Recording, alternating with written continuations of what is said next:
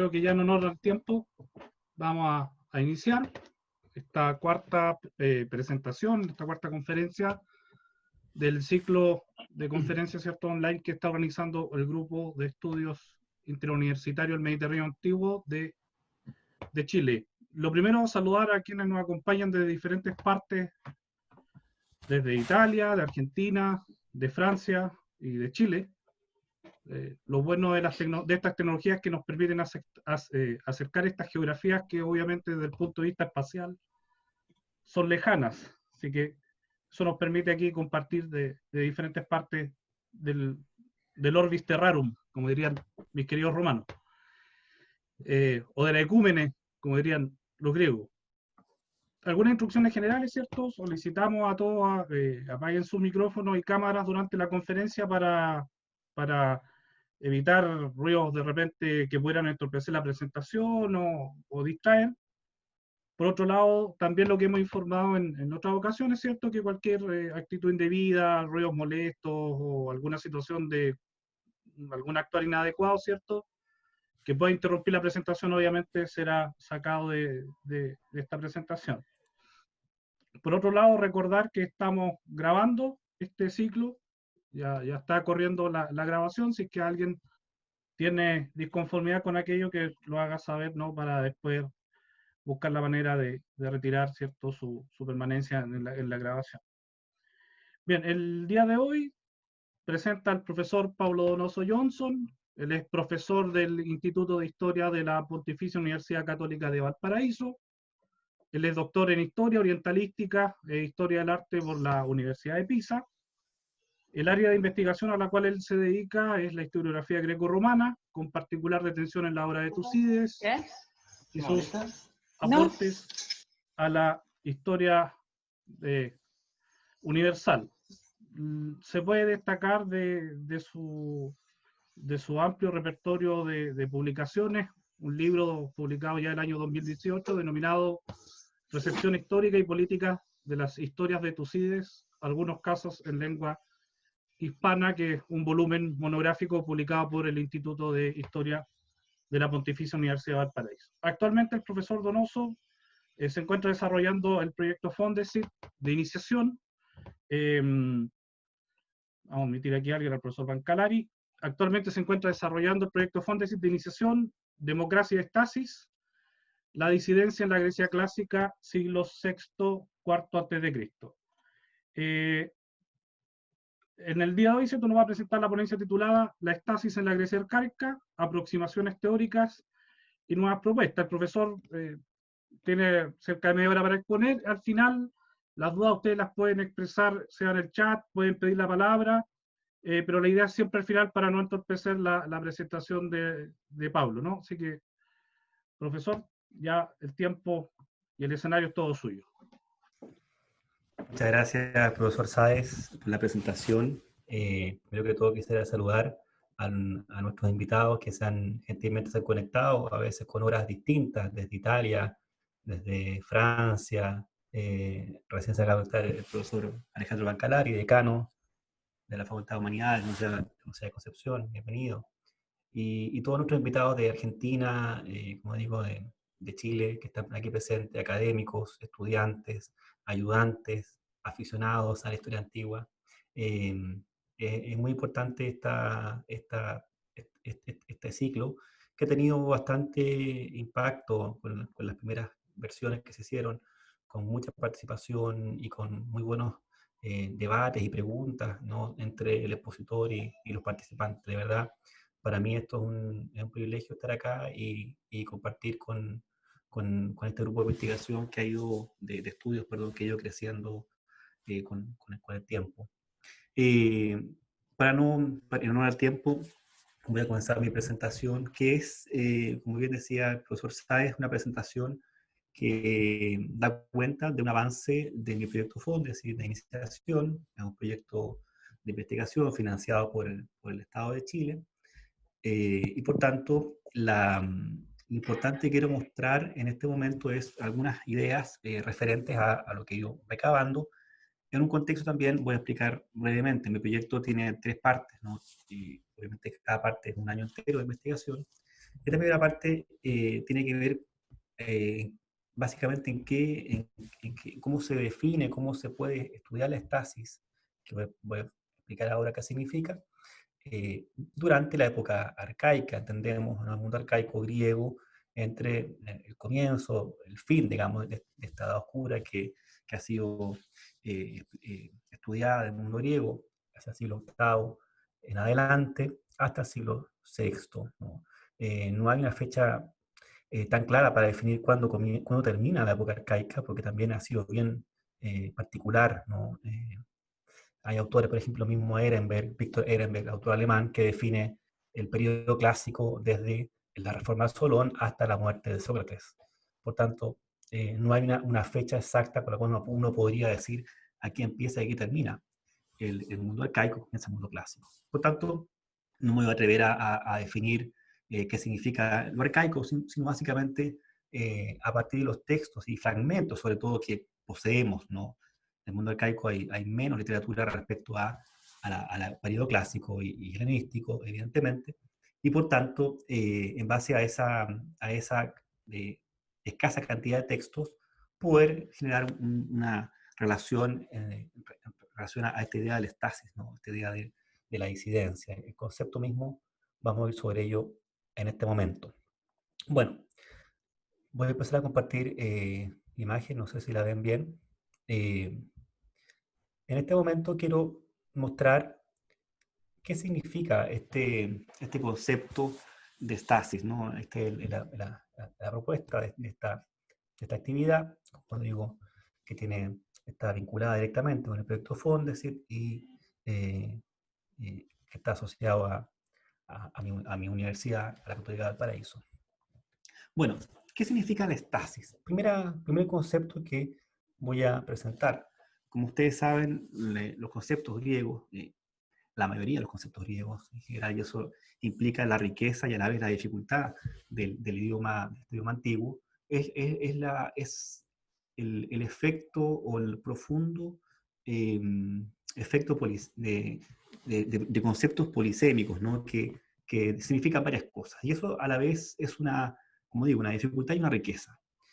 La lengua griega, como saben, el infinitivo no es como la lengua castellana, sino que se declina en primera persona. Por tanto, tenemos el verbo stasiazo, a partir del cual nace la idea de estasis, un concepto que significa más bien un concepto de movimiento, ¿no? Que es, en este caso, la ausencia de movimiento, estar quieto, la detención, es bastante particular, ¿no? Cómo esta palabra, este verbo, declina y a la vez significa también la idea de no rebelarse contra algo, contra alguien.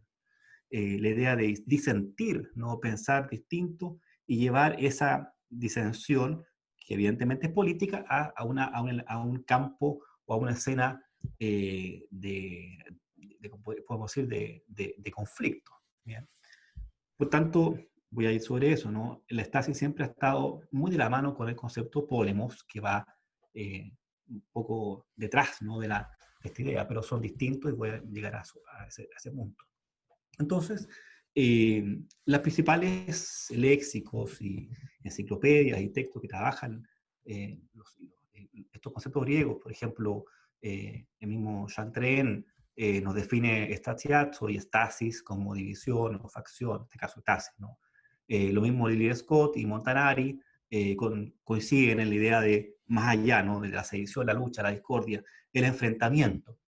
Conceptos que, como digo, es fácil de confundir, porque perfectamente podríamos decir agón, ¿no? Y agón también es enfrentamiento, pero es distinto, ¿no? Porque tiene un sentido netamente político. El agón puede ser espiritual, cultural, económico, puede tener muchas variantes, ¿no?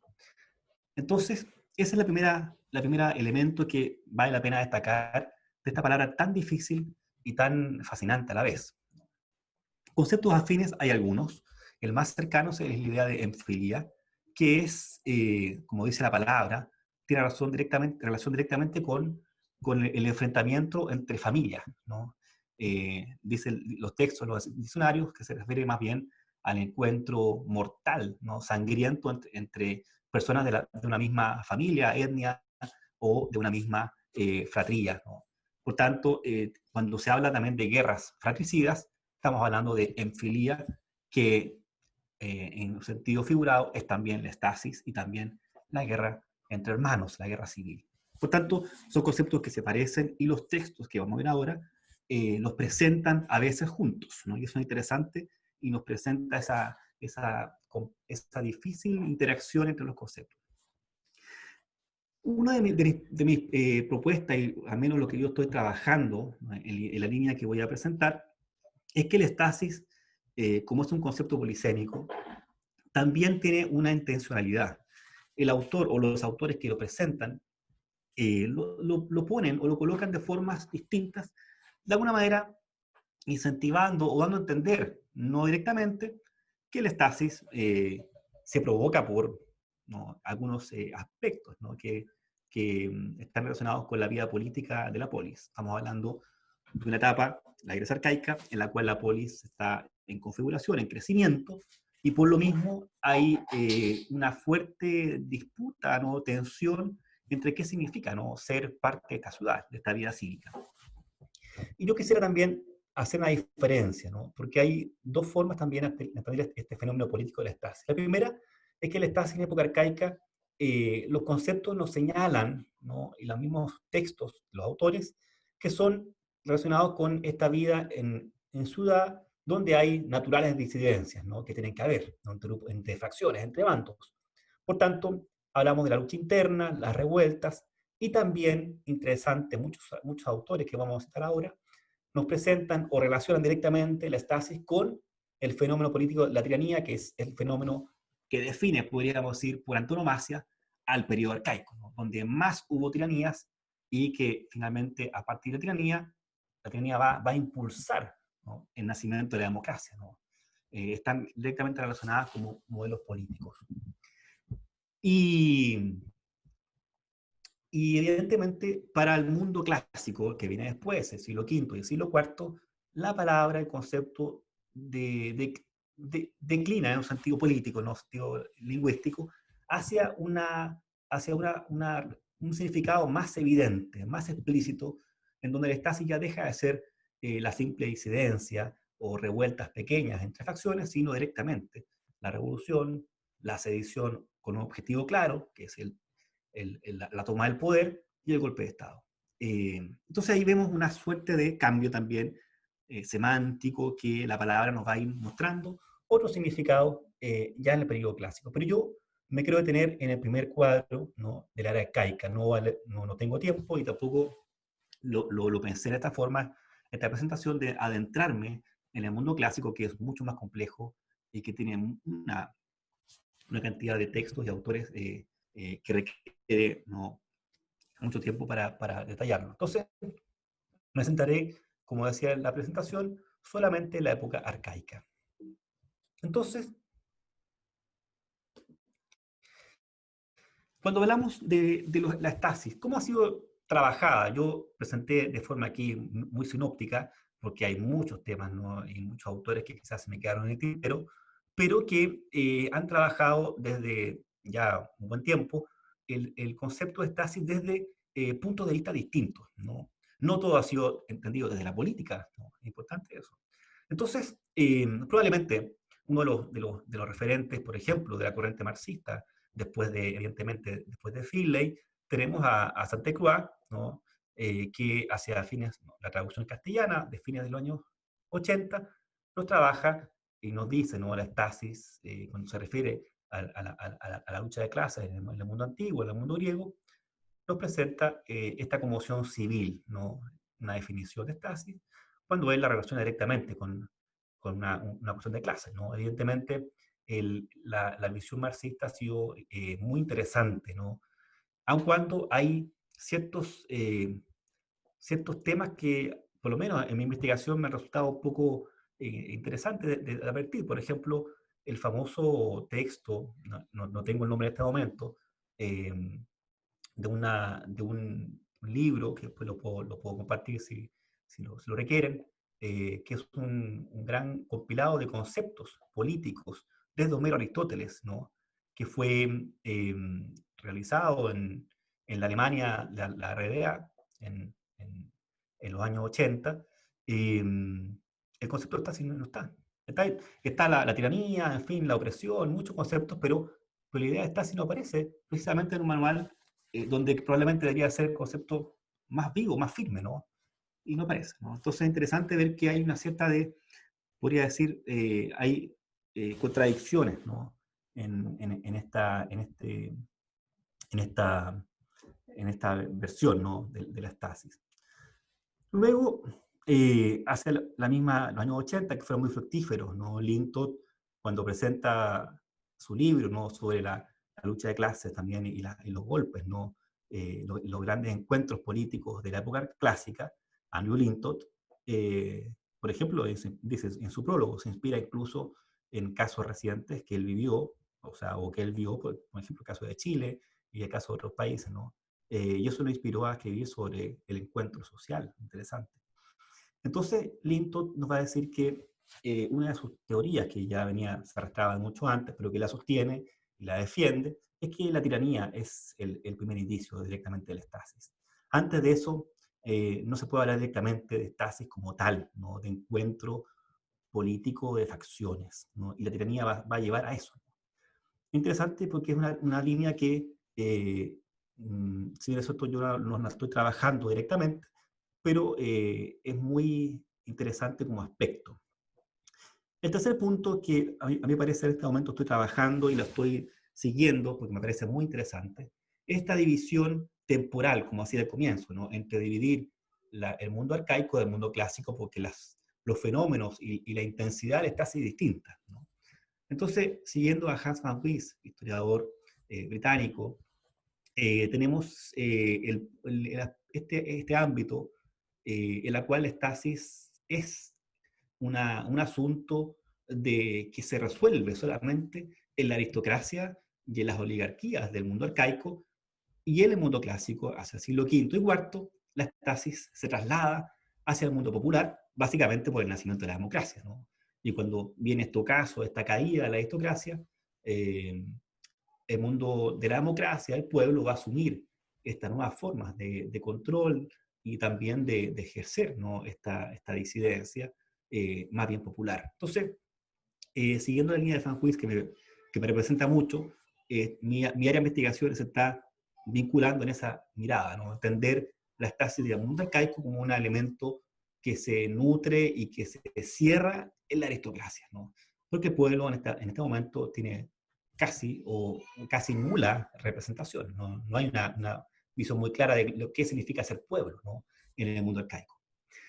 Entrando también en la filosofía y la antropología, evidentemente, Nicole Logo, ¿no? Gran representante y discípula de Jean-Pierre Bernard, va a trabajar esta idea de la estasis desde el oikos, ¿no?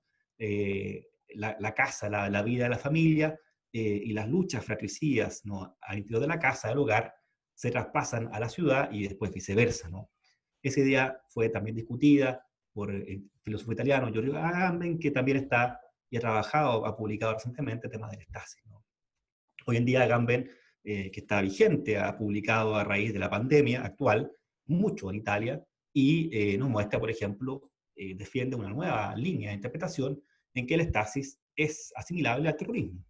El terrorismo actual, ¿no? Con todas sus formas y su dificultad de interpretar, él dice, esta es la nueva forma de estasis, ¿no? Ya no los grupos, por ejemplo, lo que había en el mundo antiguo, estas facciones que disputaban el poder, ahora el terrorismo es una nueva forma de estasis. Es la tesis también desde la filosofía política que interpreta Agamben. Y en esta dirección, también la filosofía, incluso en Chile, presento un colega incluso que está trabajando la estasis desde el mundo filosófico por la Universidad de Santiago, Juan Pablo Arancilla Carrizo, y ha publicado algunos temas también siguiendo esta idea, la democracia griega como un dispositivo de guerra, que es un proyecto más antiguo que proviene de la filosofía francesa, de Deleuze y de Guattari, ¿no? Ambos filósofos europeos, que han trabajado esta dimensión de la estasis como la desobediencia civil y otros elementos, ¿no? que de alguna manera van de la mano con lo que fue el fenómeno de mayo del 68, ¿no? Entonces es interesante cómo eso va a interpretar y va a generar una nueva idea, línea para entender la estasis, ¿no? Y este autor trabaja más centrado en el mundo clásico, usando autores como Esquilo, Eurípides, ¿no? Donde el acontecer trágico de la tragedia se asimila directamente, ¿no?, a esta idea de estasis. Estos son elementos, como digo, muy recientes que se están trabajando desde Chile también. Y hay otras, ¿no? Una última una interpretación que es fascinante, que son los trabajos que se han hecho desde la historiografía alemana y danesa. Cuando tenemos a un autor como Gerke, que en los años 50 va a trabajar la estasis y va a empezar a clasificar ciudades de a poco, ¿no? Una por una, polis, en época clásica, donde suscitan o se emergen temas de estasis, ¿no? Por tanto, hay un elemento estadístico notable que se va a estar presente en esta dimensión del estudio de la estasis, donde uno puede contabilizar cuántos casos de estasis tenemos o podemos realizar. Y en esa carrera, ya en nuestro siglo odierno, tenemos, por ejemplo, a Mogen Hansen y a Thomas Nielsen, daneses, ¿no?, del Copenhagen Police Center, que van a trabajar fuertemente a analizar estas ciudades una por una y van a ir diciendo, bueno, en cada ciudad tantos casos de estasis tenemos, ¿no? Es un tema estadístico fascinante. Llegan a la contabilidad de 279 casos de estasis en alrededor de 120 polis, ¿no?, aproximadamente. No todas tuvieron estasis, otras fueron más tardías, y eso lo mostraré al final de esta presentación. Y una de las conclusiones a la que llega estos autores de Copenhagen Police Center es que la estasis no solamente se queda como un elemento que ya se asume como tal, como un elemento endémico de las ciudades o de las polis griegas, sino que además es un aspecto esencial. Bien, no solo es endémico, es además esencial. Probablemente cuando hablamos de esencial es que las ciudades quizás no podrían vivir sin este fenómeno de estasis. Interesante cómo se define, ¿no?, desde, como digo, esta visión global que incluye los aspectos culturales, económicos, políticos, militares, estratégicos, ¿no? Eso es el trabajo que hace este Copenhagen Police Center, que es una, como digo, una dimensión de estadística, de recopilar la mayor cantidad de datos, ¿no?, ya sea arqueológicos, ya sea epigráficos, ya sea de textos, en fin. Por tanto, es una fuente de mucha información que me ha servido para entender un poco este fenómeno, ¿no? No solamente se queda en el texto mismo, sino también hay una forma de entender en la vida cívica este fenómeno. ¿Bien? Y eso más bien, como digo, una actualización de lo que se está haciendo y cosas más antiguas que han sido también, ya han mostrado una tendencia. Como decía al comienzo, hay una suerte de confusión, ¿no? Se ha hablado de estasis y pólemos, conceptos que se parecen, ¿no? Entendiendo que estasis es la guerra civil y pólemos es la guerra a secas, ¿no?, o el enfrentamiento. Pero hay que agregar un nuevo elemento, la violencia, viayos. No se puede dejar, no se puede entender de forma binaria este concepto si no se aplica este nuevo aspecto. Y a mi parecer ha sido la historiografía y la antropología francesa y helvética, en el caso de Pierre que han trabajado fuertemente este aspecto, ¿no? Yvon Garland ya en la década de los 50, luego Pierre Ducry, Jacqueline de Romilly, y Jean-Pierre Vernant con la conocida Nicole Legault. Vemos entonces cómo esa situación eh, política, antropológica, en que la violencia también debe ser estudiada, incorporada, ¿no?, para entender estos fenómenos. No puede dejarse fuera. Y eso es, por ejemplo, un texto maravilloso que recomiendo, que deben conocer, que es La Grecia Antigua contra la Violencia, de Jacqueline de Romilly, un trabajo sobre la violencia, ¿no? Cómo eso va a establecer elementos de estudio que están presentes desde los comienzos también de la ciudad, ¿no? Bueno, un libro también importante, un compilado sobre la guerra en el mundo antiguo, dirigido por Graham Shipley, en el año 90 también trabaja, y una cita que me pareció muy interesante, ¿no? La idea de que la guerra, para entenderla como tal, debe entenderse, ¿no?, por una serie de aspectos sociales que se van articulando. Por tanto, esta suerte de dominaciones de unos a otros va a llevar siempre a la guerra, ¿no? Y la guerra va a estar presente en forma permanente, ¿no? Entonces, como dice Shipley, cuando el ciudadano está dominado por un aristócrata, cuando un no ciudadano está dominado por un ciudadano, cuando la mujer está sometida al varón, o un bárbaro sometido a un griego, ¿no? Todas esas interacciones, según Shipley, van a llevar a un uso, obviamente, que esto va a generar, ¿no?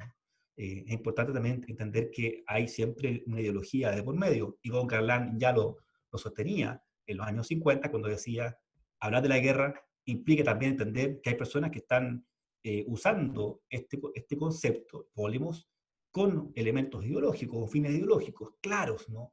Por eso Galán se resta en su obra sobre la guerra, su gran manual sobre la guerra griega y antigua en general y romana, y dice, yo dejo fuera la estasis. Para mí es un tema que no cabe en este manual porque es mucho más complejo de entender. Entonces, es interesante cómo esta visión, como digo, desde los autores franceses y suizos, han sido tan determinantes, ¿no? Pierre Ducry publicó hace unos pocos años, publicaron, digamos, Les Belles Lettres, un compilado llamado Polémica, donde hay una serie de artículos y capítulos de libros publicados por él que se fueron compilando en este maravilloso libro, ¿no? Entonces hay mucho material que hay que trabajar desde ese punto de vista. Y yo, como digo, yo lo he ido revisando, pero siempre mirando con atención la idea del estasis. Vamos a las fuentes, a los autores clásicos, en este caso arcaicos, para que cómo ellos nos presentan. Ya hemos visto a los autores contemporáneos, cómo el mundo griego antiguo nos presenta este fenómeno propio, ¿no? Que le es atingente a cada uno. Partiendo por, yo dejo afuera en este momento, y lo hago de forma muy, muy consciente, a Homero, porque Homero es una obra que en sí requiere un trabajo mayor por la densidad de sus obras, de su epopeya. Conocemos, ¿no? Un caso famoso, ¿no? El diálogo entre Tersites y Odiseo, que ha sido analizado, se ha entendido probablemente como el primer caso de estasis. Yo no, personalmente no lo veo así. Se ve una disidencia, ¿no? Una voz que intenta defenderse, ¿no? De su jefe, ¿no? En fin. Pero aún así, sigue trabajando Homero en esta dimensión, aun cuando yo me he restado porque creo que me obnubila, me pierdo un poco el foco de que quiero, ¿no? Obtener. Entonces, partiendo por Hesíodo, este poeta de Ocio, ¿no? Que vivía en este pequeño poblado de Ascra, ¿no? Su vida también es interesante, la vida de Hesíodo nos muestra también la dificultad que vive, ¿no? Un personaje que vive en una dimensión distinta del campo. No todos los autores vienen de las grandes ciudades, él viene del campo, una ciudad que había sido muy maltratada por Tespia, que era la ciudad que dominaba este pequeño poblado, y eso también determina un poco la forma de entender el mundo de Hesíodo. Hesíodo ha sido, como sabemos, ¿no? Ha sido ubicado en la epopeya didáctica, cuando autores también como William Harris estima que él viene a ser el primer expositor de la poesía nómica. Recordemos que la poesía nómica es una poesía que busca enseñar, educar en valores, ¿no? A la sociedad. Mientras que la epopeya didáctica solamente era mostrar los grandes roles, ¿no? Del pasado, son distintos, ¿no? Como géneros, y a mi parecer están los dos, ¿no? No solamente epopeya didáctica. Luego tenemos un género también que nace en época arcaica, del cual tenemos pocos, al menos en las fuentes que se conservan, pocos representantes, ¿no? Un género llamado estasoticá, que significa literalmente cantos de guerra, ha sido traducido, ¿no? Alceo Mitilene, poeta, ¿no? También del mundo arcaico, ha sido ubicado en este género, que a mí me parece mucho más cercano definirlo, siguiendo a Francisco Rodríguez Arauz, que falleció hace muy poco tiempo, un gran especialista del mundo griego, quien en su recopilación, publicado por Alma Mater en los años 50, establece y propone una definición para esta sútica como cantos revolucionarios, más que canto de guerra, ¿no? Me parece que ese matiz dice mucho, ¿no? Y es muy diferente. Y bueno, los yambos y elegías que nacen como género en esta época también, Arquíloco, el padre del yambo, el poeta maldito también, como se le ha dicho, ¿no? Teógenes de Megara y Genófanes de Colofón. Las elegías van a ser, recuerden que la elegía es un canto que tiene el espacio físico de la elegía va a ser el simposio, ¿no? El lugar de encuentro social de la aristocracia. Y ahí estos personajes cantan y manifiestan su desencanto, ¿no? Con la vida. También se mezcla, ¿no? Estos autores son fuertemente autores con poesía erótica, es una mezcla de todo, ¿no? Y entre medio aparece la estasis, ¿no? Aparece la disidencia, todo junto, ¿no? Eh, Otro elemento también que aparece en este mundo es la onomía. Onomía es un tipo de poema de corte más jurídico, en la cual se establecen normas de conducta de convivencia políticas, ¿no? Que buscan establecer las primeras leyes, aun cuando las leyes están recién, se escriben a partir ya en el siglo VI con mayor detención, aun cuando ya había algunas leyes circulando en las poligriegas, en Atenas tenemos la certeza, ¿no? Según lo que sabemos de Solón, la economía va a ser forma poética de establecer el buen gobierno, significa literalmente eunomía. Y tenemos un Tirteo en Esparta, que allá en el siglo VII define algunos elementos de la eunomía, y solo lo hace un siglo después, en el siglo VI. Y finalmente las escolias, que son textos anónimos que se conservan, voy a mostrar un poco de ellos, que se conservan también dentro del ámbito del simposio, que nos van a mostrar también esta presencialidad y, como digo, este elemento endémico que tiene la estasis en la vida común y corriente, ¿no? De personas que están en un simposio, que cantan, que debaten, y aparece la guerra civil, el enfrentamiento entre hermanos, entre familias, como algo que sacude, que perturba al ciudadano a pie. ¿Ya? No quiero demorarme mucho, pero bueno, estamos aquí con algunos textos que yo he ido trabajando.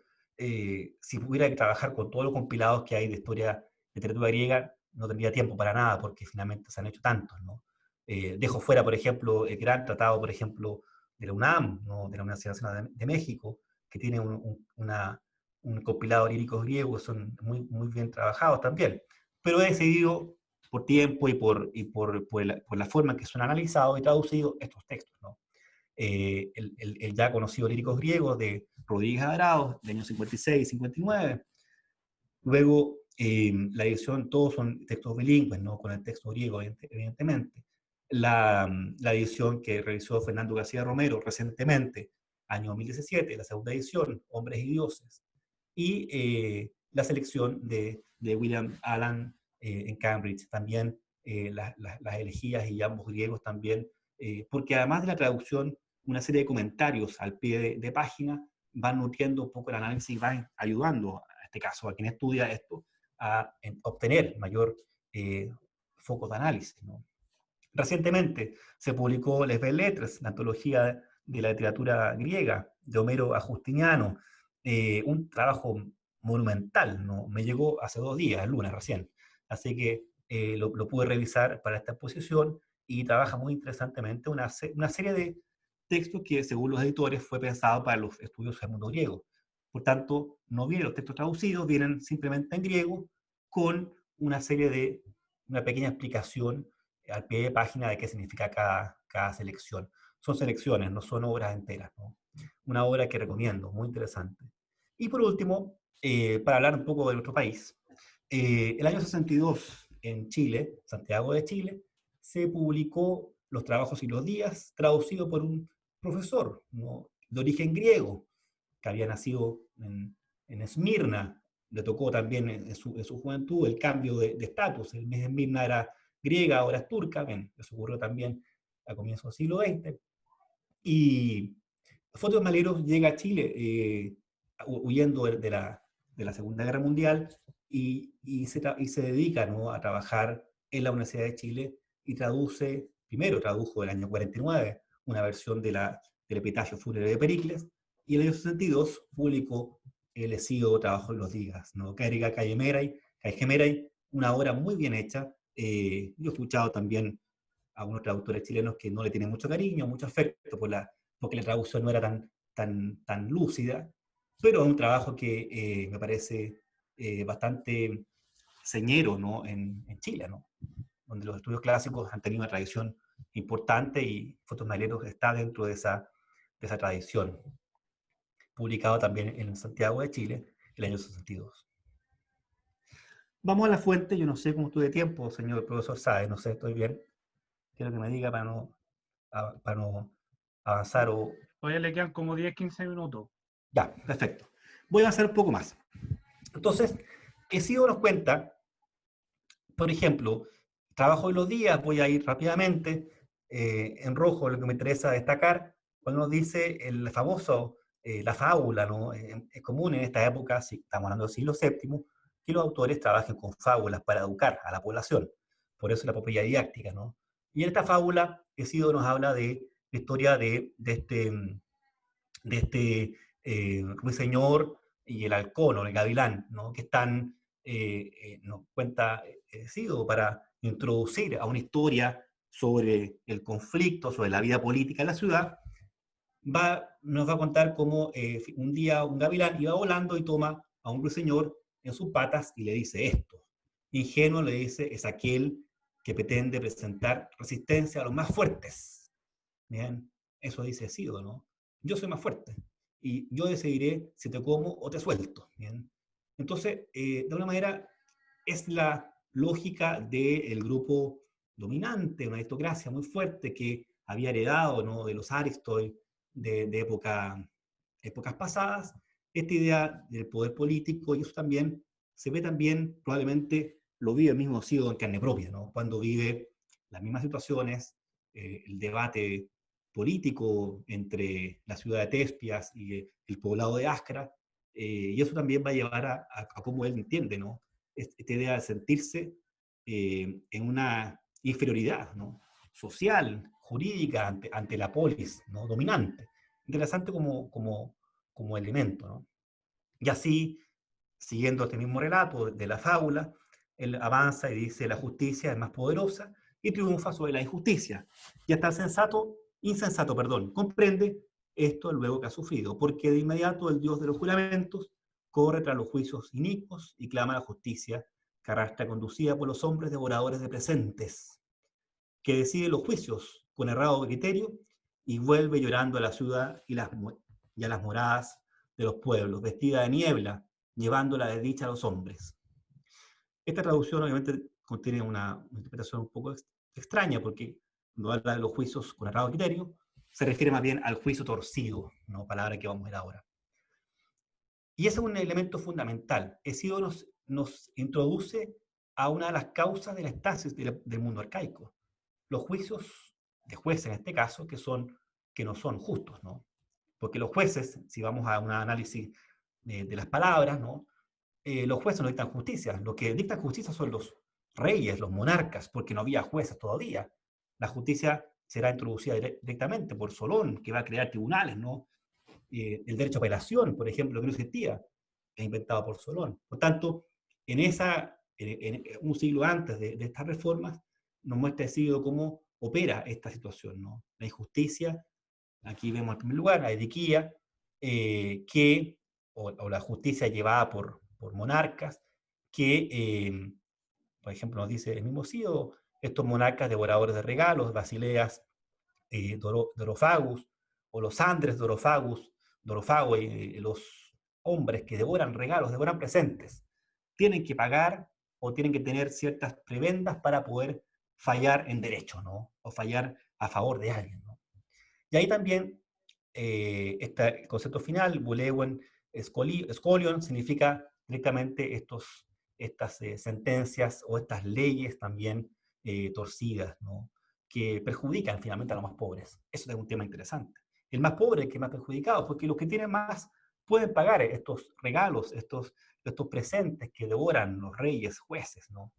Y aquí, a mi parecer, veo una palabra que, aunque en toda la obra de Hesíodo no se menciona nunca la estasis como tal, porque no existe el concepto aún, hay un concepto que a mi parecer me suena como un elemento que anticipa, ¿no?, este problema. Y por eso digo, dice, está sin decirlo, cuando habla de Neike Agores, que son las disputas del ágora, ¿no? Disputas que se producen en el ámbito público, el ágora, ¿no? El centro de reunión de los habitantes, ¿no? No podemos hablar con certeza de ciudadanos, pero sí de habitantes. Entonces, aquí hay disputas, disputas que pueden llegar a golpes, no solamente verbal. Y este elemento de Nike Agores es importante, ¿no? Porque ahí ha sido manifiesta una semilla que va a después a crecer, ¿no? Respecto a lo que significa el Stasi como concepto. Avancemos un poco más para ir avanzando, ¿no? Ya con los colegas argentinos conocerán a Julián Gallego, evidentemente, profesor de la Universidad de Buenos Aires, que ha trabajado desde mucho tiempo la idea de conflicto campo-ciudad, en el cual he sido ese gran representante, ¿no? El concepto de come en griego significa este mundo agrario, el mundo rural, en el cual que se encuentra en el paso entre los oikos y la ciudad, ¿no? Este mundo binario de ciudad y casa, de alguna manera introduce Gallego una nueva modalidad en la cual el campo queda un poco subordinado, ¿no? Y lo visibiliza, ¿no? Visibiliza el mundo agrario para entender estos nuevos fenómenos. Por eso este cuadro, la Basileia, en este caso el poder del rey, que debe repartir su gobierno a estos otros ámbitos, básicamente oikos, el campo, el mundo agrícola y la polis.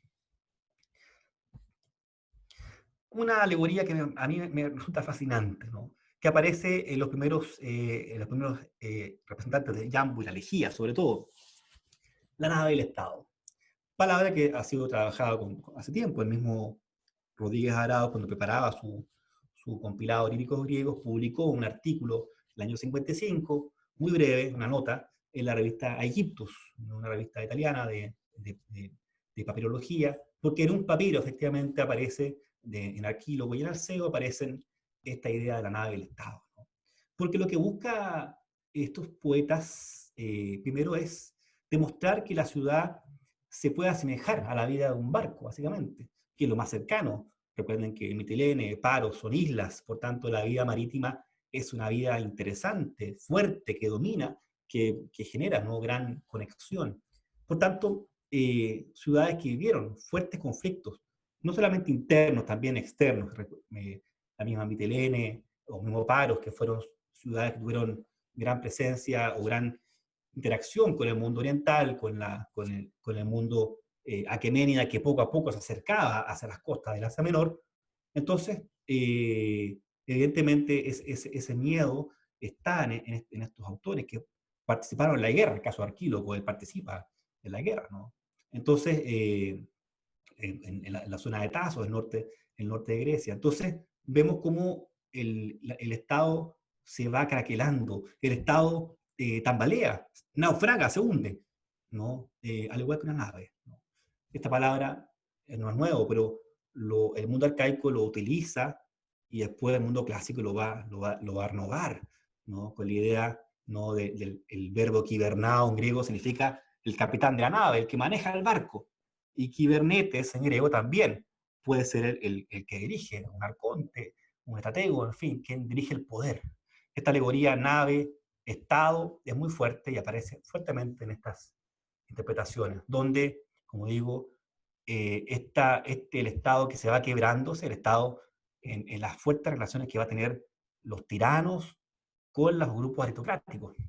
No tengo que recordar a ustedes, que saben muy bien que la tiranía es una forma de gobierno que surge por oposición a la aristocracia, no para perjudicar al pueblo, sino para perjudicar a un sector que es la aristocracia, del cual proviene el tirano y que se siente desplazado, ¿no?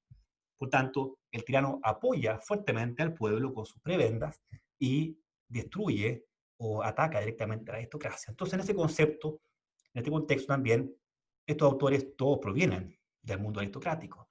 Ninguno, ¿no? Ninguno viene del bajo pueblo. Y eso es un tema que también determina mucho cómo se escribe esto, ¿no? Porque evidentemente, ya lo decía Emilio Gava hace mucho tiempo atrás, en los años 80, cuando en un libro también sobre literatura antigua, nos dice, bueno, estos autores todos provenían de un sector acomodado, todos, sin excepción.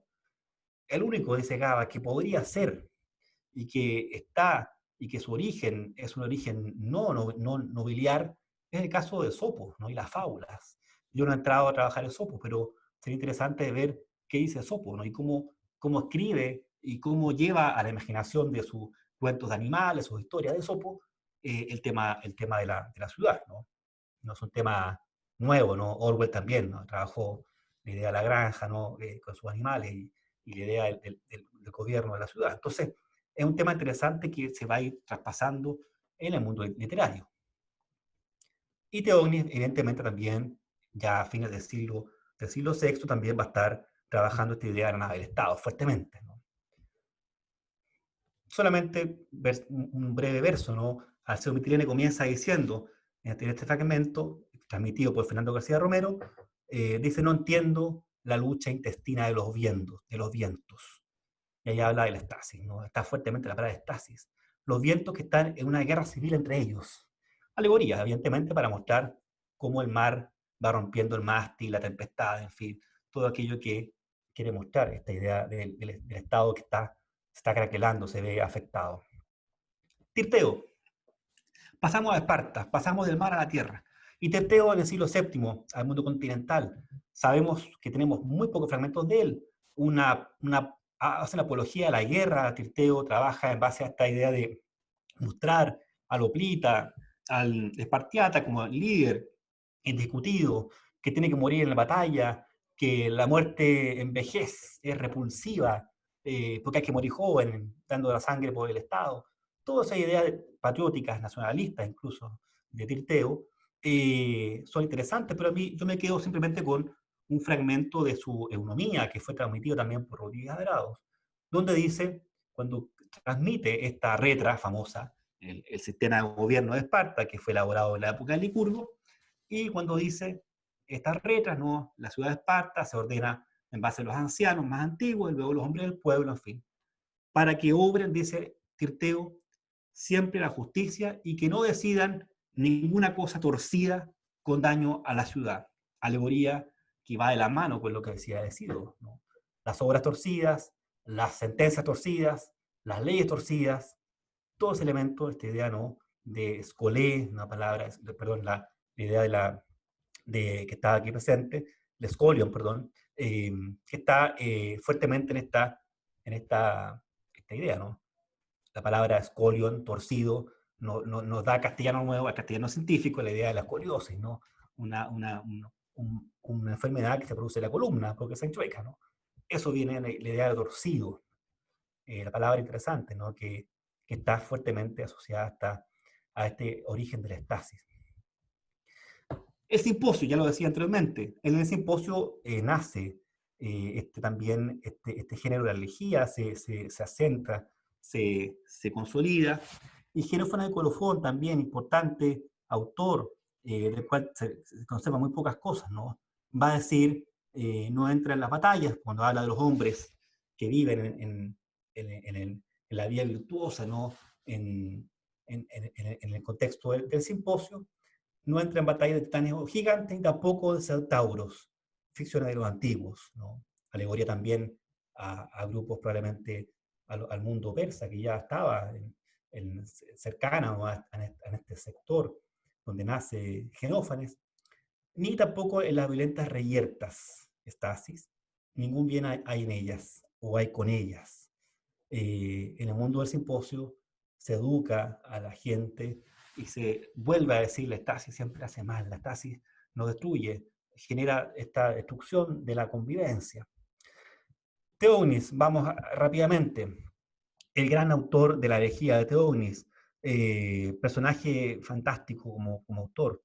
Aristócrata ha venido a menos, según han señalado sus principales estudiosos, que pierde la fortuna y con un odio fuerte, ¿no? Un gran resentimiento hacia los grupos populares. Porque en esta época Megara se sabe ya que la democracia estaba marchando, avanzando fuertemente, y la aristocracia estaba perdiendo completamente su rol protagónico. Y eso obviamente demotiva a Teognis y lo transmite en su obra, ¿no? Entonces cuando dice Kirne, le habla a Cirno, su auditor, que también era un hombre del cual estaba muy enamorado, una relación homosexual. Dice Teógenes, Kirne, Quiei, Polis, esta ciudad está preñada. La ciudad está preñada de todo lo que va a ocurrir, ¿no?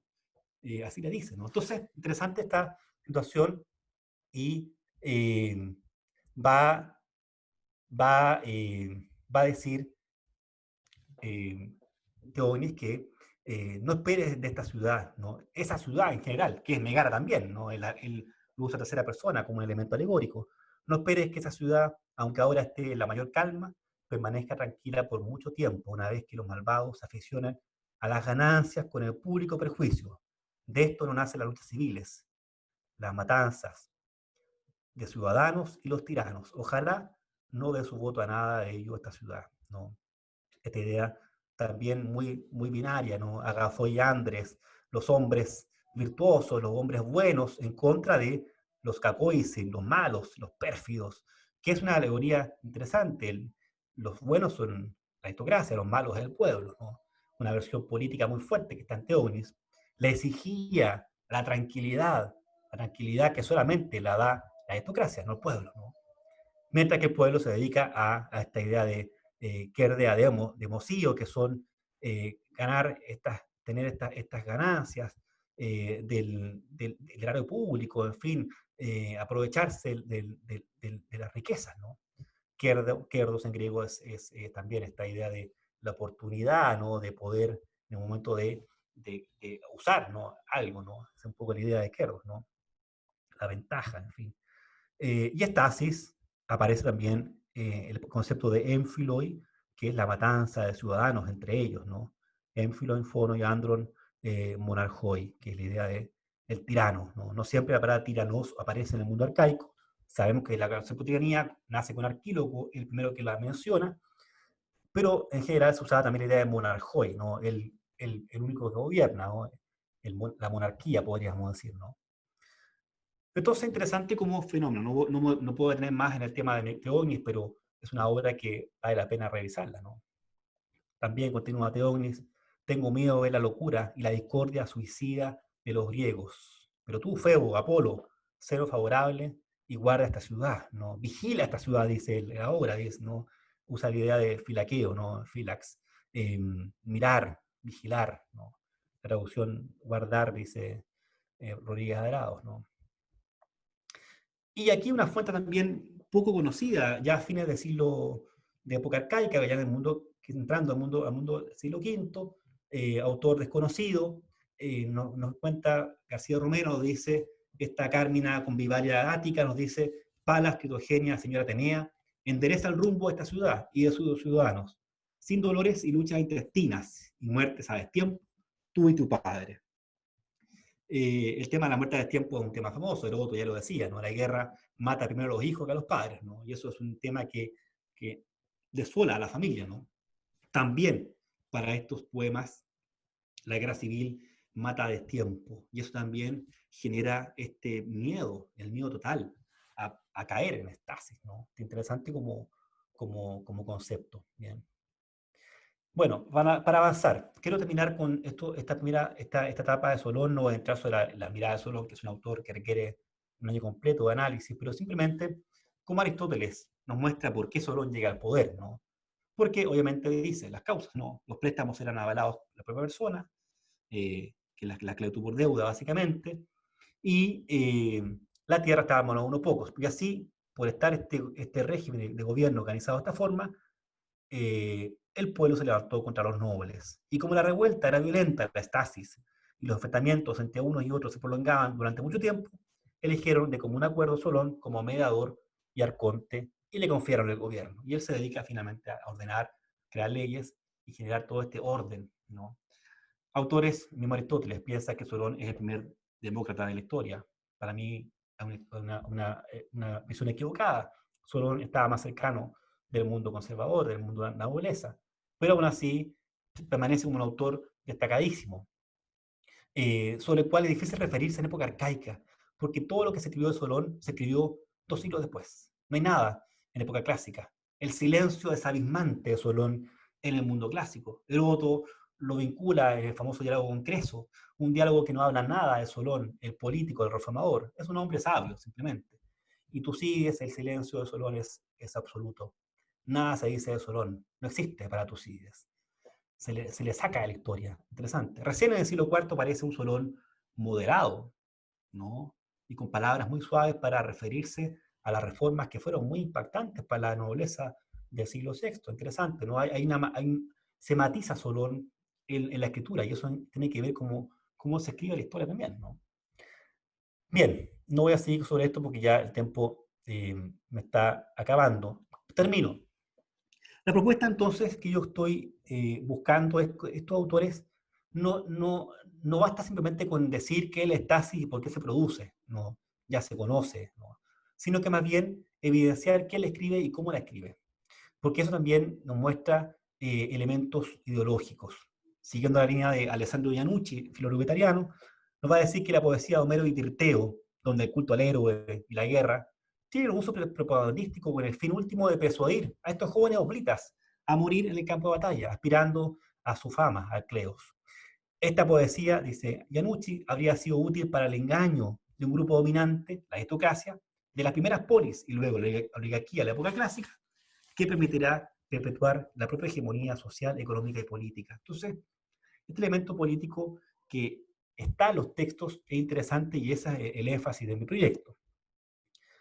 Ya había advertido antes, Copenhagen Police Center, Mogen Hansen y Thomas Nielsen, cómo estas ciudades que viven en estasis, evidentemente las primeras que aparecen son las ciudades de Sicilia, colonias griegas en la isla de Sicilia, donde van a haber profundas quiebres en una sociedad donde la tiranía se convierte en el sistema de gobierno más importante, ¿no? Y que se perpetúa hasta la época romana, ¿no? Entonces, en Sicilia tenemos, obviamente, Ácara, Gela, Leontino, Megara, Siracusa, ciudades donde hubo mucha estasis, ya en época entre los siglos VII, con la misma fundación de las ciudades en adelante. También Italia, Sur Italia, y luego algunos lugares en el Peloponeso o en Ática, Corinto, Megara, Sición, Esparta, Atenas, hubo estasis. Y todo eso también nos lleva a la pregunta, bueno, estos autores que están hablando de la estasis nacieron en estas ciudades, ¿no? Megara, Esparta, Atenas. No aparece Beocia ni aparece Ascra de Hesíodo, pero sí va a tener Beocia estasis, pero tardíamente, en el siglo IV recién. Entonces vemos cómo también determina el lugar en que se nace, la forma en que se crea estasis y la intensidad con la cual se relaciona. Por eso, en mis conclusiones puedo decir que, en primer lugar, siguiendo también a Paul de Montt, que en un libro republicado o reeditado en 2009, sobre la idea de la tranquilidad en el mundo antiguo, ¿no? En el mundo griego, y cómo la aristocracia representa esa idea de la tranquilidad, ¿no? Interesante como aspecto.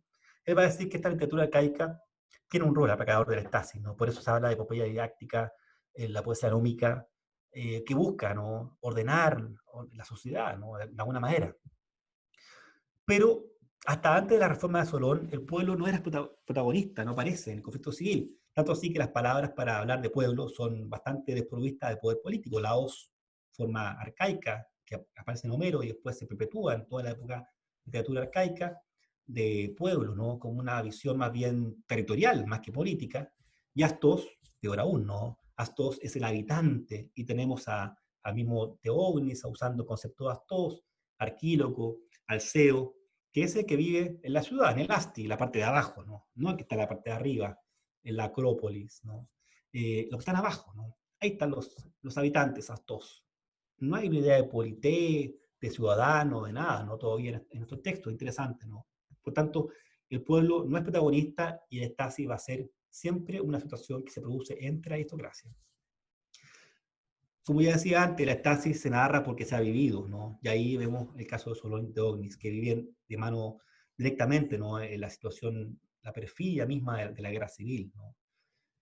Y texto reciente también, una visión jurídica que es muy interesante, Emanuele Stolfi, ¿no? Jurista, titulado del Derecho en Italia, que recientemente publicó un libro sobre la cultura jurídica en Italia, en Grecia antigua, va a decir que el estasis, también ha trabajado la estasis como tal, este autor, la estasis en la época arcaica se relaciona con una cultura jurídica. Estamos hablando en un mundo donde hay derecho, una noción del derecho, pero no hay expertos en derecho, ¿no? Por tanto, ante esa ausencia de poder escribir o hacer la ley desde un elemento teórico, eh, la estasis va a estar simplemente, va a estar ahí permanente como una forma de reclamar lo jurídico, el derecho, porque esa es finalmente la causa del estasis del mundo arcaico, la ausencia de leyes y la necesidad de leyes, de legislaciones justas, no el acceso al poder. No está muy claro todavía, quizás con Solón probablemente, pero en el mundo arcaico no es el acceso al poder el motivo del estasis, sino poder doblegar, poder revertir las sentencias injustas y torcidas de las cuales nos habla el mismo Hesíodo, Tirteo, Solón, ¿no? Todos los autores están siempre en esa idea que permanece, que está, ¿no? La ausencia de justicia y la ausencia de leyes que sean justas, ¿no? Para todos. Eso sería mi exposición y agradezco su atención.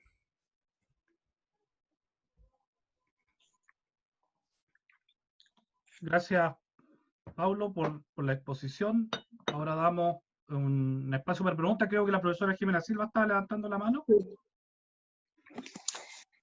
A todos un gran saludo, con mucho afecto, con mucho gusto, con mucho orgullo de sentir a mi colega Pablo. Vado, con mucho gusto escucho todo lo que dice, me hice un buen apunte porque es un tema en el que me declaro poco habituada a leer estas cosas. Tengo una pregunta puntual, Pablo. Viendo un poco el perfil de las fuentes que tú has citado, las fuentes arcaicas que tú has citado, ¿quién no ha leído Hesíodo? ¿Cuántos de nuestros alumnos lo leyeron? Nunca pensé hacerlos leer desde el punto de vista que tú propones. Lo leían como una fuente porque era importante hacerse una cultura general, pero nunca reparé en esto que tú estás diciendo que es increíble, es fantástico. Yo tengo una pregunta clara. ¿Cómo es posible que estas fuentes expliquen la stasis solo como un fenómeno endémico? ¿Por qué? ¿Será producto de mi deformación del estudio de Roma, donde cada cosa tiene siempre una relación con una situación externa a la ciudad romana, cualquiera sea esta? Que las fuentes atribuyan la stasis solo a un problema endémico, no consideran el tema de las ambiciones externas, el tema de las alianzas externas, los temas comerciales, el tema diplomático. ¿Cómo es posible? Yo no creo que los griegos en este siglo hayan sido tan escuálidos como para no decir, aquí hay un factor externo, aquí qualcuno me hizo la zampa desde el exterior. ¿Qué dices tú, Pablo? ¿Son ingenuas las fuentes? ¿Fueron manipuladas? ¿Fueron retaliate? ¿O son así simplemente? ¿Qué dices tú? Sí, muchas gracias, Jimena, por tu pregunta y por tu punto de vista. Interesante.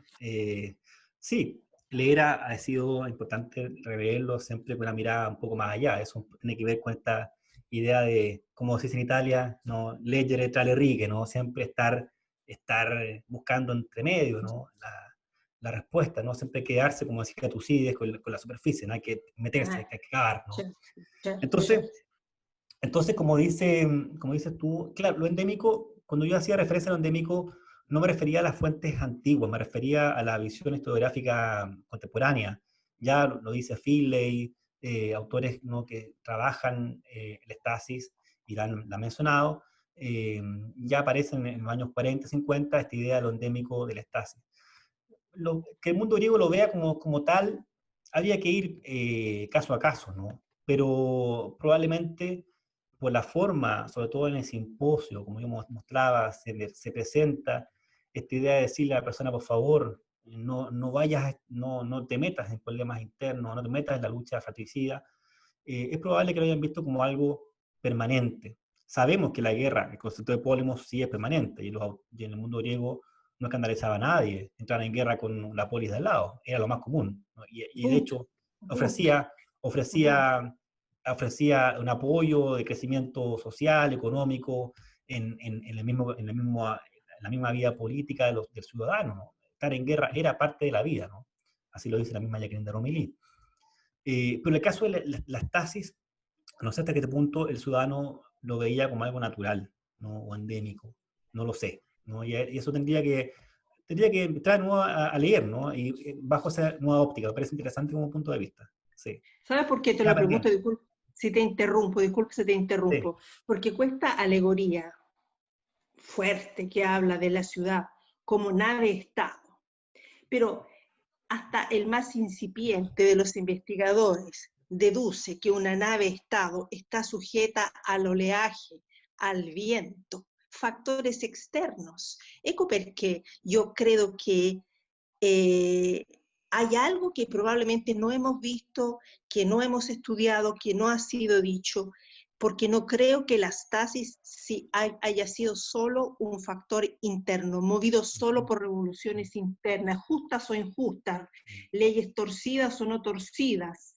Seguramente eran fundamentales para atizar a la gente, pero no me digan que no hay factores externos. Yo no creo que no haya factores externos. Sí. Bueno, hay un autor importante que a partir de lo que me dice, pues lo voy a leer, que es un autor de origen griego, pero que escribió en francés, Tenéquides, y él trabaja directamente la idea de las relaciones internacionales en el mundo griego, entre la polis como entidad independiente, autónoma.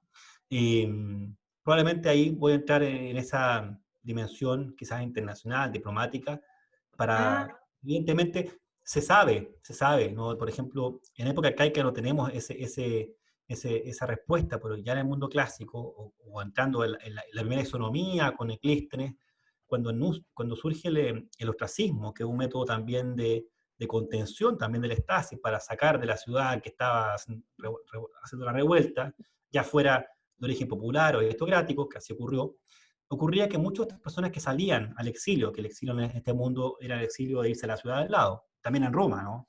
Es muy raro que el exilio la gente se vaya muy lejos. El caso de Ovidio es un caso extremo, ¿no? Pero por lo general en Roma irse a Nápoles ya estaba en el exilio, ¿no? Era lo más común, ¿no? En la época republicana. Entonces, en el mundo griego, sí, estos exiliados que se iban por ostracismo, a veces por 10 años, ¿no? Eran tiempos, plazos muy largos, eh, tenían evidentemente incidencia en las estasis que ocurrían en las ciudades que recibían a estos exiliados. También, y claro. aparece fuertemente. Pero eso en el mundo arcaico no puedo decirlo porque no había ostracismo. Por eso es parte del mundo clásico, no del mundo arcaico. Esa es una respuesta que tengo aquí, que puedo sugerir, ¿no? Sí, eso. Gracias, Pablo. Muchas gracias. Felicitación. Gracias, Emilia. Bien, Prego. hay dos preguntas en el chat. Juan Pablo Prieto tiene una para que la exprese y después Héctor Vega. Hola, buenas tardes, creo, buenas noches desde aquí en Francia, un saludo gigante y muchas gracias por la claridad de la exposición. Tengo una pregunta específica en términos metodológicos. De partida agradezco mucho la variedad geográfica y étnica de los autores trabajados, lo que da cuenta mucho del fenómeno helénico como global, digamos, de la problemática que se trabaja, y en ese sentido no puedo evitar preguntar, siendo que aquí en Francia y sobre todo en Bordeaux trabajamos mucho fuentes epigráficas y su contexto, y aquí me declaro ignorante, por supuesto, ¿cuántas fuentes epigráficas del periodo arcaico existen o son atestables y son estudiables, considerando que señalaste claramente que hay un estudio estadístico enorme sobre el problema de la estasis en distintas ciudades y fenómenos locales? ¿Cuántas fuentes epigráficas, y yo agregaría artísticas, arquitecturales, pueden jugar en el rol de conmemoración, difusión y especialización dentro de las polis griegas del fenómeno de la estasis? ¿Cómo se aprendía el fenómeno desde el espacio público, la conmemoración, el arte y por último la epigrafía que puede estar instalada en tal o tal lugar y representa tal o tal elemento? Muchas gracias, Juan Pablo, por la pregunta. Bueno, de epigrafía, yo lo que he podido revisar es básicamente Atenas, que los compilados más completos que existen son Atenas. Y en época arcaica, al menos para el caso de la estasis, ¿no? En época arcaica, los temas interesantes, los temas de qué se escribe en la epigrafía, entendiendo epigrafía no solamente los elementos funerarios, también el mismo graffiti público, Ujú, que probablemente dice más que un tema funerario, ¿no? Probablemente yo creo que yo me iría por esa línea.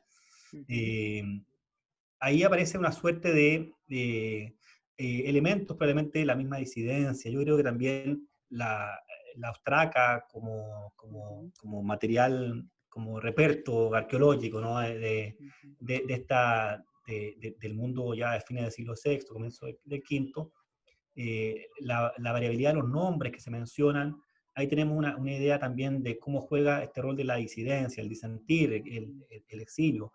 Pero antes, ya antes, como digo, en el siglo VI, séptimo, octavo, la epigrafía es mucho más débil y debemos probablemente quedarnos más bien con textos, porque lo que hay son elementos más bien información económica, ujú. artística, pero política muy débil. Entiendo. Por eso decía yo que, anda mi hija por acá, por eso decía que el tema de la, el tema preponderante de este periodo Ujú, eh, es que el ciudadano no es ciudadano, ¿no? claro. Entonces, por eso hacía énfasis en la idea de la voz, en la idea de las Ujú, dos, estos conceptos donde la ciudadanía no tiene una visibilidad, es solamente un grupo que no va a estar en la calle probablemente haciendo graffiti, van a estar de otra forma, operando, ¿no? Entonces, claro. esa dificultad también tiene el elemento epigráfico, ¿no? Pero para el siglo V, evidentemente, hay mucho que tallar y no he entrado todavía en esa fase, ¿no? Claro, claro. Muy interesante, gracias. Sí. Héctor Vega y después Mariana Franco. Hola, hola, ¿qué tal? Primero agradecer la conferencia, los saludo desde México. Y bueno, tengo algunos comentarios, bueno, sobre todo una opinión que quisiera escuchar de su parte, sobre todo esta última parte que platicaba hacia el final respecto a la diversidad geográfica, digamos, en donde encontramos estos conflictos de carácter interno. Recordé una lectura pues ya de hace mucho tiempo, pero que he regresado a ella, que es precisamente el texto de Moses Finley sobre la Sicilia antigua. Y en el texto, Finley, hasta donde recuerdo por esta lectura que ya tiene rato que no he revisado, afirmaba que ya en época, digamos, helenística, o sea, para la época de Agatocles, ¿no? En Siracusa, la autonomía que caracterizaría a una polis estaría prácticamente perdida. Y él dice que lo que ha escrito hasta ese momento, que es la historia de Sicilia desde la colonización, le sirve para concluir que la polis realmente nunca se consolidó en Sicilia y que por eso fue como muy débil todo el tiempo y por eso hubo tantas tiranías permanentes. Es decir, que si pensamos a la estasis como un fenómeno formador de la polis, pareciera que en Sicilia hay un conflicto en entender qué tanto está formando polis y realmente nunca hubo polis, según Finley al menos, completamente desarrolladas porque siempre existieron tiranías. Tiranías de época arcaica, ¿no? Como Falaris, ¿no? Está medio mítica, pero también andaba por ahí Terón, Gelón, el propio Hipócrates, ¿no? Sobre todo en Gela, en Camarina, en Agrigento, en Siracusa, y por supuesto las tiranías de época clásica, ¿no? Los Dionisios, hasta Timoleón quizá, ¿no? Corintio. Entonces, bueno, ahí más bien la pregunta es saber un poco su opinión al respecto, en el caso particular del espacio siciliano, si estaría de acuerdo con la postura de Finley de una polis, digamos, semidesarrollada, lo que provocaría presencia permanente de tiranías, o si hay alguna razón que usted atribuya en este periodo arcaico al florecimiento de estas tiranías tan poderosas en la isla. Muchas gracias. Héctor, muchas gracias por su pregunta, por su apreciación. Bueno, el tema siciliano es un tema que también va más allá respecto a la situación de la vida política en el mundo continental griego, porque sabemos perfectamente que la tensión que va a haber entre la misma antigua Polonia, la metrópolis, también va a llevar a fuertes quiebres, ¿no?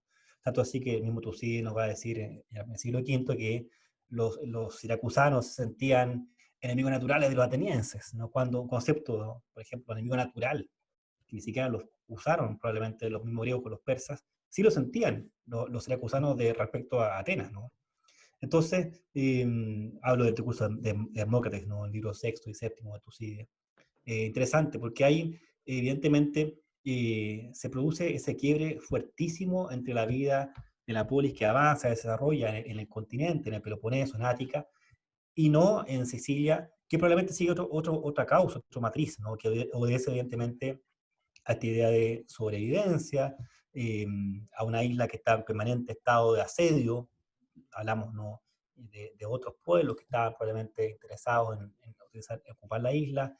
Entonces también la tiranía se convierte en este sistema de gobierno que va a proliferar y que va a avanzar, y por eso vamos a ver que la misma guerra del Peloponeso, Esparta, va a ser gran aliada de Siracusa y de otras ciudades sicilianas, ¿no? Entonces, el elemento oligárquico, hablemos bien, que probablemente más de tiranía, podemos hablar de lo oligárquico, ¿no? Hay una dimensión oligárquica que es muy fuerte en Atenas, y ese es el discurso que tenía la misma Esparta. Una dimensión oligárquica, y ahí podemos probablemente dimensionar y podemos incluir a muchas otras formas de gobierno, incluso el mismo imperio persa, después en el siglo V, que van a interactuar, van a buscar volver de alguna manera a este statu quo que había antes de la democracia, ¿no? La democracia se transforma en el enemigo de muchas entidades políticas, no solamente de Esparta en sí misma, ¿no? Por eso la guerra del Peloponeso se transforma en una guerra internacional con la interacción directamente de Persia en contra de la democracia, porque la oligarquía va a tener mucho, mucho poder. Entonces, diría yo que la tiranía como tal es un fenómeno que se explica porque, claro, la isla tendrá fenómenos distintos, el elemento hereditario muy fuerte, como sabemos, ¿no? Pero además, por la fuerte ligazón oligárquica con las principales polis oligárquicas de Peloponeso, ¿no? Esparta y su gran liga. Yo iría por esa respuesta, más que dejar a Cecilia sola como una entidad eh, individual, digamos, o sea, individualizada, fuera de lo griego, ¿no? Estaba muy incorporada, pero en un ámbito fuertemente oligárquico, donde Atenas va a tener, en época clásica, sobre todo, poco que decir, ¿no? Es un lugar, como digo, de paso, un lugar de paso de cualquiera navegaciones que iban hacia el occidente, debían pasar por Sicilia. Entonces, esa cercanía, ¿no?, con la navegación, con el mundo de Occidente, va a llevar al poder que Sicilia le va, y a la dificultad, ¿no?, de las relaciones políticas que va a tener Sicilia con las polis griegas, al menos en época clásica. En época, obviamente, helenística, este tema se transforma, tiene otra explicación distinta, no hay nuevos elementos, aparece Macedonia, Cartago, son otros los actores que inciden en el mundo siciliano, pero al menos en época clásica y en época arcaica, yo me atrevería a decir, más que decir que la polis fracasa o no se desarrolla como dice Finlay, yo diría que más bien que se asienta un elemento oligárquico muy fuerte, ¿no? Y eso ahí va a haber una fuerte relación con los otros estados, no va a estar ajeno, ¿no? Esa sería mi respuesta. Muchas gracias. Muchas gracias. Y la última pregunta de Mariana Franco, que pidió la palabra en el chat, que sería la última pregunta para ya cerrar la presentación.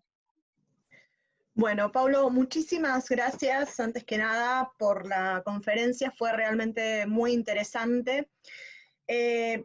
Digamos, yo tengo un problema con respecto a la época arcaica porque no es mi época, honestamente. Yo me dedico principalmente al siglo V. Pero sí me pareció interesante o me llamó la atención en la cuestión de el uso del, digamos, el concepto de las ganancias, después también en la presencia en Hesíodo de estos hombres devoradores de dones.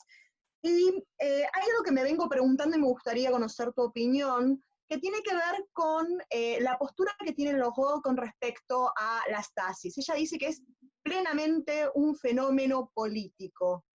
Y yo me pregunto hasta qué punto se lo puede considerar un fenómeno político cuando justamente hay dos bandos disputándose a veces las riquezas o quién tiene los bienes, y estoy pensando, bueno, en la constitución de los atenienses, justamente con Solón, ese pasaje que vos citaste justo estaba en el medio, se habla de la disputa entre los ricos, la cuestión de las deudas, quienes adeudan a los ricos. Entonces yo me pregunto hasta qué punto se puede hablar de un proceso o de una cuestión meramente política y no pensar en un fenómeno un tanto más amplio. Quería saber tu opinión al respecto.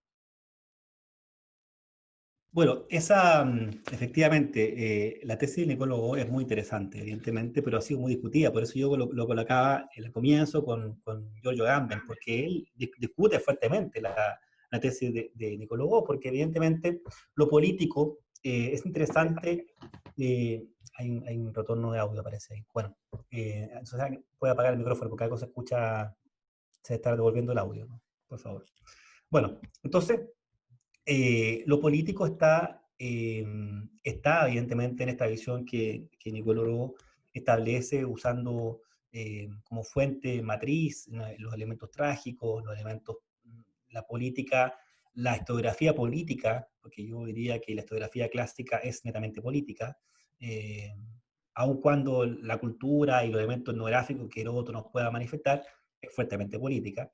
Entonces, yo diría que sí, en el mundo arcaico, estos elementos uno podría ir más allá y discutir o disentir, ¿no?, usando la idea de la estasis de Nicole Loro, porque esta matriz que yo he podido identificar, he podido unir como un hilo común la idea de no solamente de estos reyes, devoradores de regalos que aparece más bien en Hesíodo, sino más bien la idea de estas sentencias torcidas. La justicia probablemente en sí es un elemento que tiene que ver con la política, y sobre todo en esta época, cuando el rey es el que parte justicia.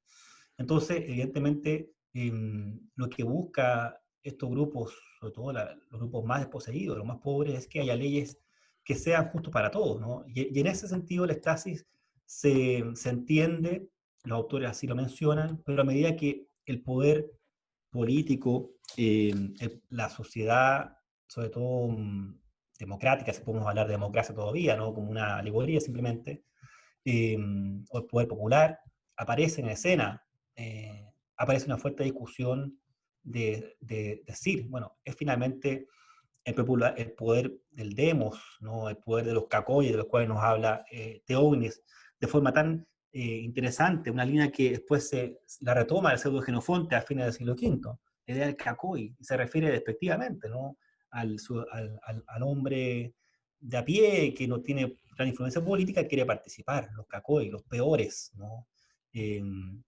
Ya mismo Tucídides usa el concepto de ójolos, después la masa, ¿no? Entonces, claramente se ve que terminando el siglo VI, con la irrupción del poder popular, de los grupos no más desposeídos, en este orden jerárquico que el mismo Solón va a inventar, las clases, en fin, vemos que probablemente a partir de ese momento uno puede ver una politización de la idea de estasis, y que antes, efectivamente, en los siglos VIII, VII y comienzo del siglo VI, se ve con mayor claridad un elemento que tiene que ver con la dimensión jurídica. Lo jurídico, probablemente lo económico, pero está menos claro, ¿no? Pero lo jurídico como elemento fundante de la rebelión, ¿no? La gente se rebela porque quiere que las leyes sean justas para todos, no para el que pueda pagar un juicio o un proceso judicial que finalmente decide el rey, ¿no?, de forma arbitraria. Entonces, efectivamente, uno podría probablemente tomar a Loró como un referente, pero a fines recién del siglo VI, ¿no? Antes de ello, es quizás más inexacto hablar de la estasis como un fenómeno político, porque hay otras variables muy fuertes, ¿no?, como ya lo demostré en las fuentes, que nos muestran el elemento de cómo se siente finalmente la persona que no vive la justicia en su casa, pero sí la vive el otro, ¿no? Entonces es un elemento que va más allá de lo político, probablemente. Esa sería mi respuesta, ¿no? Pero es un poco amplia todavía, ¿no? Habría que tallar más sobre eso. Muchas gracias. Gracias, Mariana. Muchas gracias. Profesor Bancalari, Profesor, la última pregunta al profesor Bancalari ahí que está levantando la mano. gracias. Más que pregunta, en realidad, yo quisiera sumarme a las palabras que ya han dicho varios colegas, la profesora Franco, un gusto, Jimena, de saludarte desde Italia y los demás. En primer lugar, Pablo, felicitarte, fue una exposición muy clara, trabajaste muy bien todo lo que es la parte de la fuente y la parte de la nomenclatura, que es muy importante, tú lo señalaste muy bien desde el punto de vista polisémico, lo que significa, y solamente reiterar mis felicitaciones al conferencista y a este grupo que tienen ustedes, así que felicitaciones también para usted, profesor Andrés Eduardo. Yo creo que ha sido muy interesante lo que están haciendo, lo que están organizando, y sería bueno yo tratar de ampliarlo a lo que más se pueda, otros colegas, alumnos. Así que solamente felicitarlo por el grupo que tienen y por las interesantes conferencias. Yo no he podido estar en las anteriores porque me han tocado justo reuniones, consejos, pero intentar en lo posible conectarme nuevamente con ustedes y felicitarlos realmente. Han hecho un gran aporte, porque es un aporte que se hace a la historia antigua, a la historia clásica, tanto en Chile como en Latinoamérica y en todas partes. Así que felicitaciones, Pablo, felicitaciones también a Andrés, y un gusto de haberlo visto y haberlo escuchado. Chao, Jimena. Gracias, profesor. Gracias, profesor. De hecho, a raíz de lo que usted mismo acaba de mencionar, vamos a aprovechar aquí de compartir. Vamos, ya que este ciclo fue exitoso, vamos a lanzar un segundo ciclo, ya que va a ser sobre, invitamos a colegas ya de Argentina. De hecho, partimos el 26 de agosto con Andrés Sil, que va a hablar de la muerte. El 2 de septiembre vamos a estar con Álvaro Moreno, que de hecho está aquí presente también en esta conferencia. Y el día 9 de septiembre vamos a cerrar este segundo ciclo, que es más breve, porque ya para los chilenos después vienen las fiestas patrias. Vamos a terminar este ciclo con el profesor Juan Manuel Cortés Copete, de la Universidad Pablo de Olavide, gran experto de la unión entre el mundo romano y griego en la época imperial romana, experto también en Adriano, en el emperador Adriano, que va a cerrar el ciclo con esa actividad. Así que obviamente vamos a estar informando por nuestras redes, correos electrónicos a todos y todas ustedes para que puedan participar, porque justamente, vuelvo a insistir lo que repetíamos al inicio, estas tecnologías permiten acercar diferentes geografías que habitualmente éramos lejanas, digamos, cruzar el charco de una manera mucho más rápida e instantánea. Así que, no habiendo ya más preguntas, agradecemos obviamente sobre todo la última intervención del profesor Bancalari. Esperamos seguir creciendo e ir incorporando más personas a este grupo de estudio, y quedan ya cordialmente todos y todas invitados para este ciclo, que ya estaremos informando las inscripciones, entre otras cosas, por nuestra red. Así que eso, sin nada más que agregar, esperamos que haya sido este primer ciclo fructífero para todos los que han participado, y que estos diálogos sigan creciendo en el futuro a nivel chileno, en primer lugar, y después obviamente hispanoamericano. Así que eso, chao a todos, que estén muy bien.